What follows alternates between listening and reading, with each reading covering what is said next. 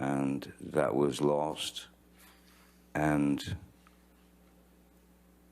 I didn't want to fail. I wanted to try to make it work. I thought maybe I could help her. I thought maybe I could bring her around, because the Amber Heard that I knew for the first year and a half was not this suddenly this opponent.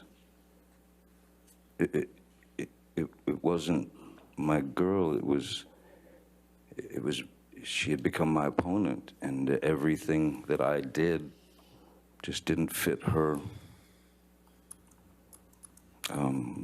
It wasn't. She didn't accept it.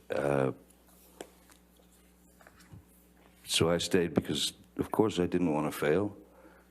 I didn't want to hurt anyone, especially Miss Heard. I didn't want to break her heart. I remember very well that when my father left and my mother, Betty Sue, had that first attempt at suicide that I woke up to, and that visual in my head, and that was a direct result of my father's leaving. Ms. Heard had spoken of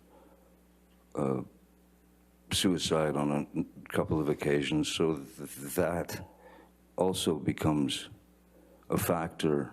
That's also something that always lives in the back of your brain, and that you fear.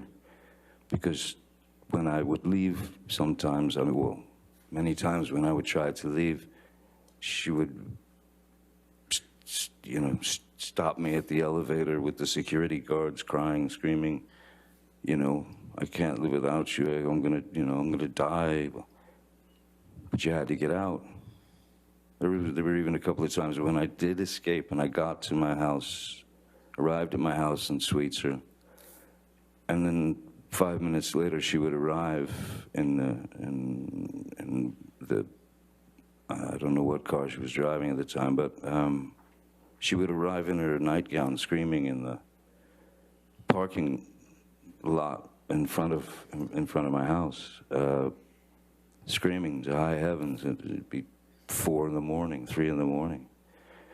It was ludicrous. It was out of control. It was uncontrollable. Did there come a time when you and Miss Heard started recording your arguments? Yes. In fact, I was the first person of the two of us to record conversations, and it was for this reason.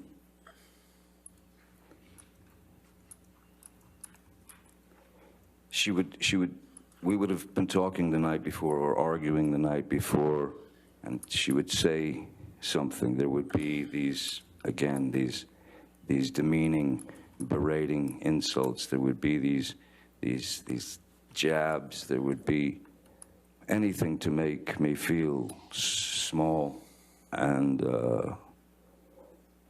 like nothing. So what I thought was, I'm going to record the conversation. And I told her this. I'm going to record. I'm going to get my phone and I'm going to record our conversation, because I want you to hear what you've said to me tomorrow. So that because she would deny having said those things. What are you talking about? It was surreal. She had completely denied things she'd said directly to my face in a heated and volatile way. And she denied it. So I went to her and I said, I'm going to record us. And I did. And we recorded the conversation. which, when she was on tape, the first time, it escalated a bit, but she was, well, it was clear that she was performing for the tape because it was being recorded. So that was another clue that something was slightly rotten in the state of Denmark, as it were. What did Ms. Heard say to you about you recording the conversations between you and her? I mean, initially she said, sure, go ahead. Did that ever change? No, then then she started recording, but surreptitious, without telling me that she was recording something, which is fine, but not so fine, if you know what I mean. Even in those tapes, it never took me to a place where I would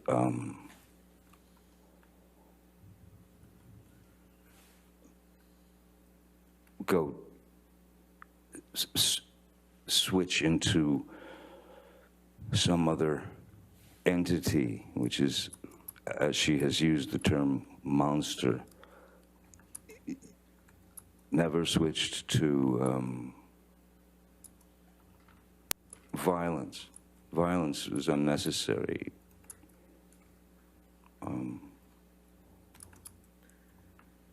Why would you hit someone to make them agree with you? I don't think it works. Mr. Depp, you mentioned the term monster, and I think we heard about that in the opening statements. Yes. What does the term monster mean to you?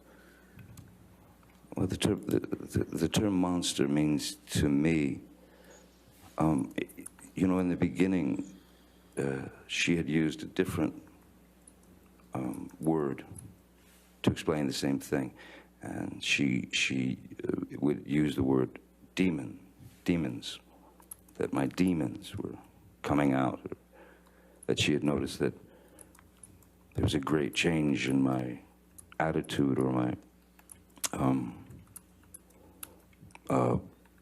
aggressive nature, or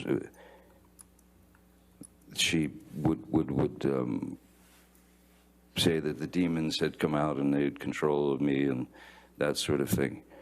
I don't remember exactly how monster came out, but that word stuck and it stayed, well, until this day. What I believe the monster was in Ms. Heard's mind was her intense, Objection, Your Honor. intense. His belief about what monster meant in Ms. Heard's mind is All not right. relevant. There's no foundation. Let me ask a All right, different all right, question. I'll sustain the objection, go ahead. When you used the term monster, what were you referring to in your conversations with Ms. Heard? When I used the term monster with Ms. Heard, I was placating. If she had referred to me as being a monster, there was no way that I was going to sit there and go through a 45-minute argument about, you know, you're a monster. No, I'm not. You're a monster. No, I'm not. You're a monster. No, I'm not. It was an impossibility. So what do? You accept her vernacular. You accept what the word that she uses, and then you use that word to placate her so that it would at least calm part of the aggression. It would lessen the attacks. you know. So explaining the monster was for me,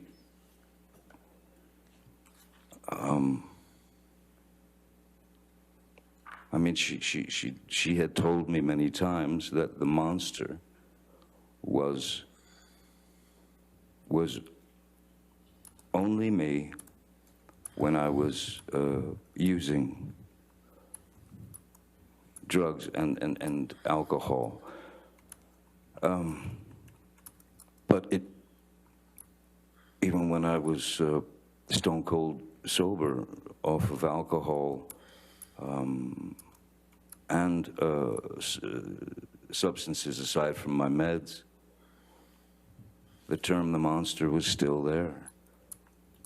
When she accused me of being high on cocaine or you know, drinking like a, you know, some sort of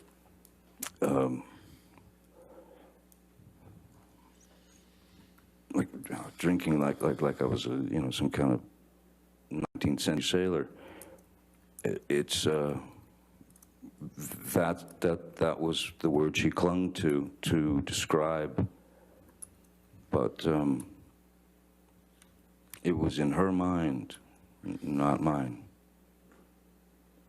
How did your relationship with Ms. Heard affect your substance use?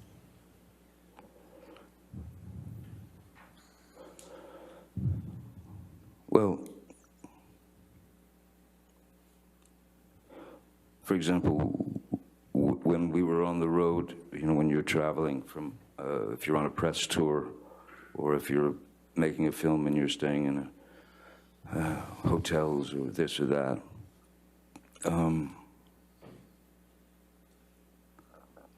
I would always have to get a different, or we would always have to book an extra room that I was able to escape to, so I didn't have to lock myself in another bathroom.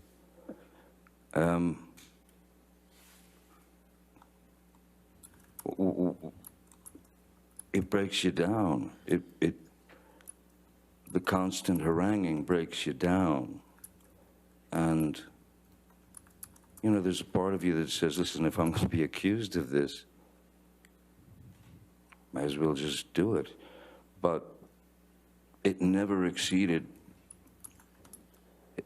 it never, my substance abuse or use, the alcohol that I used or drank was, again, purely, it's that little boy who didn't want to hear or didn't want to feel the pain of his mother turning him into some kind of ball of insecurity and pain. So, yes, I was more inspired by Miss Heard to reach out for a numbing agent because of the constant clashes, because of I mean, maybe a few days here and there, but there wasn't a day that you'd wake up and you'd expect something was going to hit the fan, and pretty much like clockwork it did. So yes, I had to have something to distance me and distance my heart from those verbal attacks. I had to have something to be able to maintain me, and I'm afraid for a while, because of placation, because I didn't want to rock the boat, as it were. again, you pick your battles. So placation seemed the best route if I was unable to escape her clutches.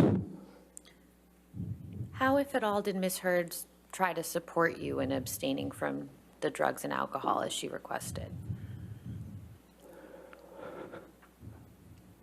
Well, I mean, verbally, and she had been quite clear verbally and pretty bullish and brutish about wanting me to, telling me that I needed to stop drinking. But drinking was basically drinking wine with her, and I suppose maybe from youth, I don't know, but I've always had a pretty high tolerance for alcohol, and especially it's not spirits, you know. I had a pretty good tolerance for alcohol, substances, and things of that nature, but there was no, I had no. I've worked with therapists, drug counselors, who have actually said the words to me, because I wanted to know. I wanted to know, am I an alcoholic? Am I an alcoholic? Or is this just the same thing that I did as a kid when I took my mom's nerve pill? Do I have a drinking problem? And it essentially came down to this. Do you have a drinking problem, Johnny? Objection, calls for hearsay. What the doctors told him. I'm not sure he's saying what the doctors told him. I think that's what's about to be testified to. Oh, if you can make that clear, I guess. Let me ask you a different question, Mr. Depp. Yes. Let's let him object to another one. How often would Ms. Heard drink in your presence while you were in a relationship? Always. Well, yeah. Ms. Heard drank, she took a shine to a very nice Spanish wine called Vega Sicilia. She and all her friends did.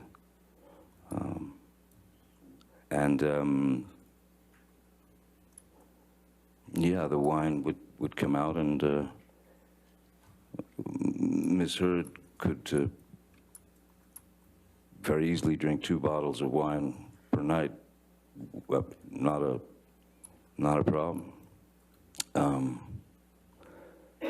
What I found strange was when I did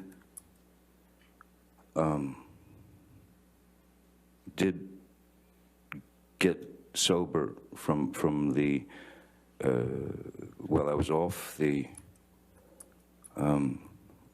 opiates that I had been addicted to prior to a year or so before, or a couple of years before. She asked me if I would stop drinking to save the relationship, of course. And I stopped drinking. And I always found it odd that in support of me not drinking, that she might stop drinking. But she did not. She continued. And I didn't make a big deal about it. In fact, I would open her wine, I would pour her a glass, and that went on for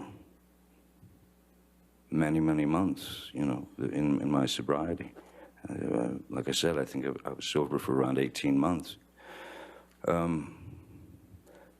Then there was a time when I was asked to, and I'd been off of alcohol, I'd been off of drugs, everything, except for the medication that I'm prescribed.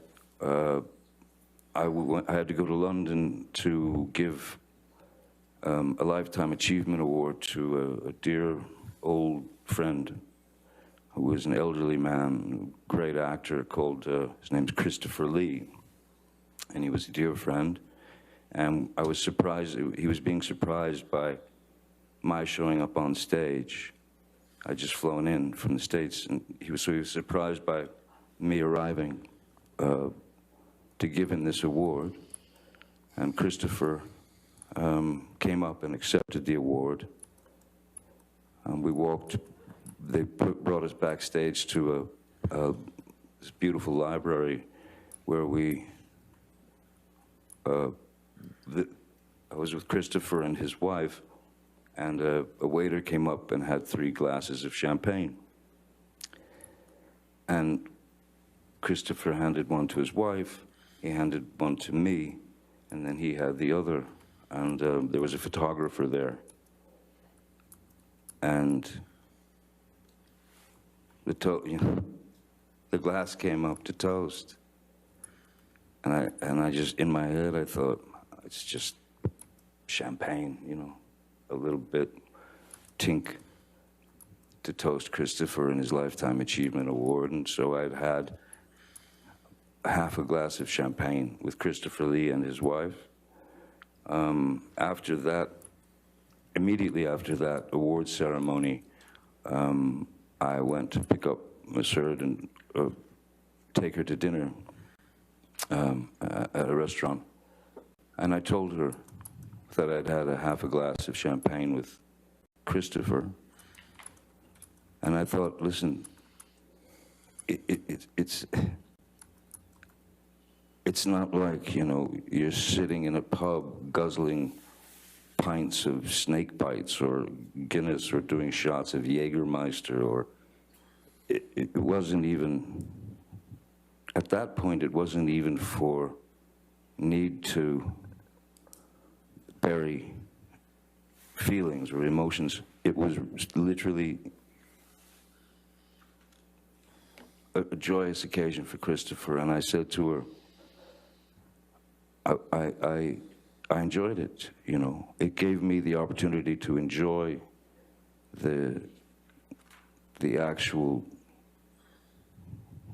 champagne, the drink, and my appreciation for wine and winemaking, and that I've been fascinated with for years and years. And I saw nothing wrong in it, and I said, I'd like to have a glass of champagne. And she was sitting there with a glass of wine, and we were in the restaurant, and she absolutely lost it and got up and stormed to the ladies' room. And I told my security and driver, I said, I think we have to go. I think we're gonna have to leave. So we left the restaurant and went home. And the mere suggestion of me sipping a glass of champagne or having 1 glass or 2 glasses of wine, she went apoplectic. It was, I was weak. I was a complete mess. I was an alcoholic. I was, you know, I was gonna ruin everything. You know, your kids are not proud of you. They can't stand what you're doing to yourself. So at that point, I said to her, okay, listen, how about this? You want to support me not drinking? I've never asked you this before. How about you stop drinking? How about you get sobriety and share this sobriety with me to support me and help me through this? What did she say to that? No. No. She said no. She said she didn't have a problem.